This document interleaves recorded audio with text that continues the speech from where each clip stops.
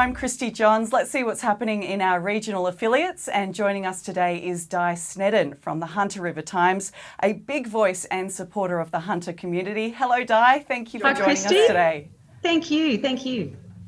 Now, I hear you farewelled a great man. Tell me about Neil McNamara. How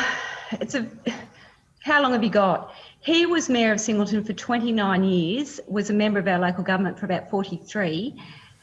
A massive impact during a time where Singleton was sort of, coming to terms with, growing coal industry, that type of thing. But what he actually did during that period is just set us up so well for the future. You talk about strategic planning and you hear all, read all these reports and stuff, but he actually did things.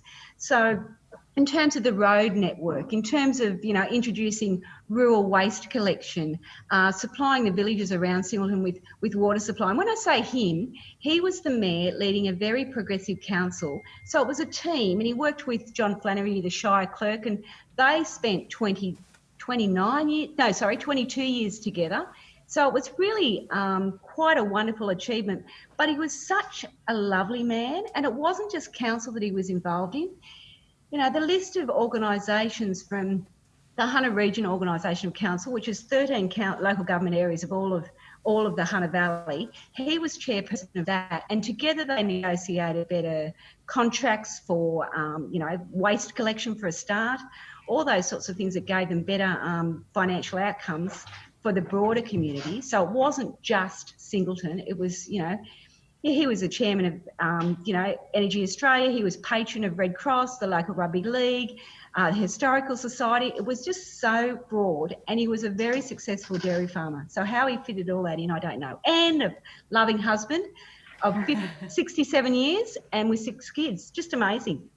Yeah, that's incredible. Absolutely huge loss for the community. How was he remembered on Friday? It was really, really challenging for a number of reasons.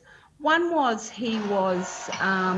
his funeral service was at a rural church out at Broke, and because of COVID, they could only have 15 people in that church. There were another 85 people allowed outside, and that was the maximum. If his service had been in, normal circumstances, there would have been thousands and thousands of people.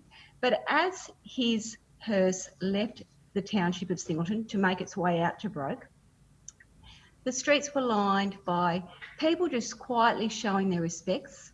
There was, a sea of red and white jerseys from the local rugby league community. The Red Cross ladies were there.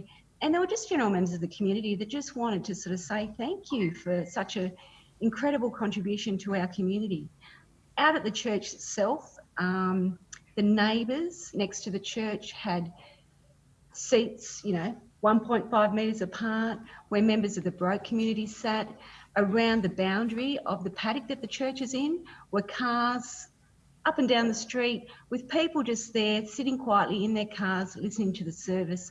And it was also live streamed. So goodness knows how many people really connected with that. But it was, and we're sort of talking about perhaps having a memorial service later on down the track, but it's just been really, really hard. And one of the really, really sad things about this is Therese, his daughter, lives in Adelaide and couldn't go. So she delivered the main eulogy, over phone. So just so sad. And the fact that Neil's wife passed away 6 weeks and 1 day to Neil's death, and Teresa couldn't go to that either. So just, our hearts go out to the whole family for what they had, going through a time of loss anyway, but under these circumstances, it's just very difficult. Well, it sounds like an incredible send-off. What else is happening in the region this week? I guess what we need to mention is Are You OK Day, which is on Thursday, and there's lots and lots of businesses and industry around the area that are sort of commemorating that. And I think with COVID, it's more important than ever to ask people how are they doing when most people are struggling in one form or another. And I spoke to a mate of mine who happens to be a psychologist, and I sort of said, it's all right to say, how are you OK? But what if someone says, look, I'm struggling, I'm not coping at all.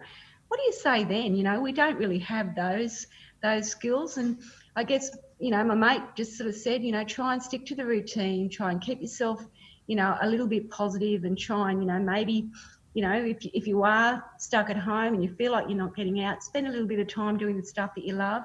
And you won't like this one, but turn the news off. Stop talking about COVID. Pretend it's not happening for a little bit, just to give your mind that little bit of rest and get away from that component.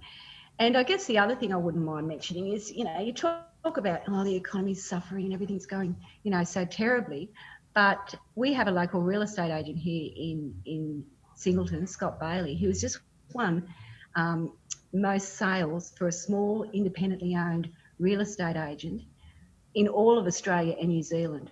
So things are going pretty well. He was saying that the interest in people coming up to the Hunter Valley to find property, moving out of the city, whether COVID has been catalyst of that, but to have a 26% increase in sales in the last financial year compared to the one before, when they've had 6 months of the year in lockdown, you wouldn't think people are looking at, wanting to buy a new home, but obviously they are, and it's, where else would you want to be at the heart of the Hunter?